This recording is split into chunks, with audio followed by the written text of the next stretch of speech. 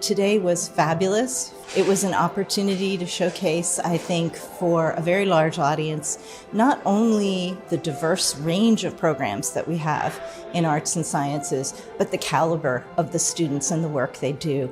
It's really exciting and meaningful work that has a lot of direct application to improving organizations, improving communities, kind of spreading the scholarship of our faculty in arts and sciences to so many new sectors and new audiences.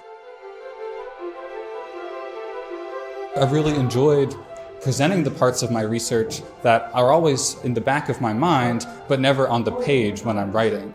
The dissertation isn't the right place to talk about all of my ideas about how ancient economic issues relate to our modern American society. The Penn Grad Talks gave me a really exciting opportunity to explore those ideas that I've been toying with in the back of my mind and engage with other people about them.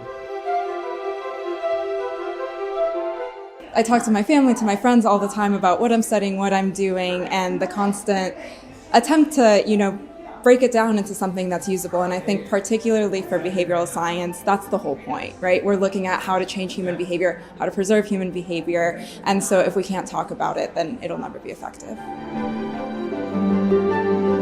I feel like I learned a lot from doing it and learn how to explain things also with analogies and particularly with visuals, because sometimes I feel like it's much easier for a lay audience to understand things visually than through a lot of words on a slide, for example.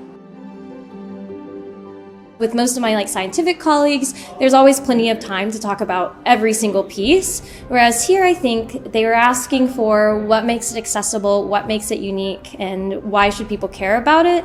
And that really made me actually get to reflect on my research more in a way that was important, I think. I'm in my 5th year and I'm trying to finish up grad school. And so sometimes it's hard to stay in love with your research. But I think through this process, I actually got to appreciate my research a lot more. It was really exciting, also because I have a lot of collaborations with people in other departments, like in mechanical engineering.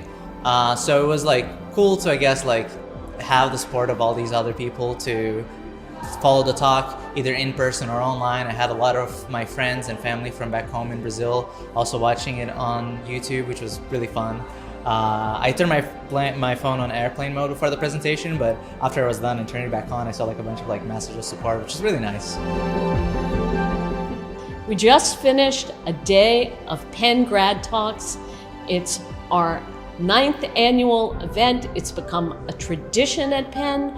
It was a fabulous day, showcasing the cutting-edge work of our graduate students. I just couldn't be more thrilled to be at Penn and watch these fabulous scholars at work.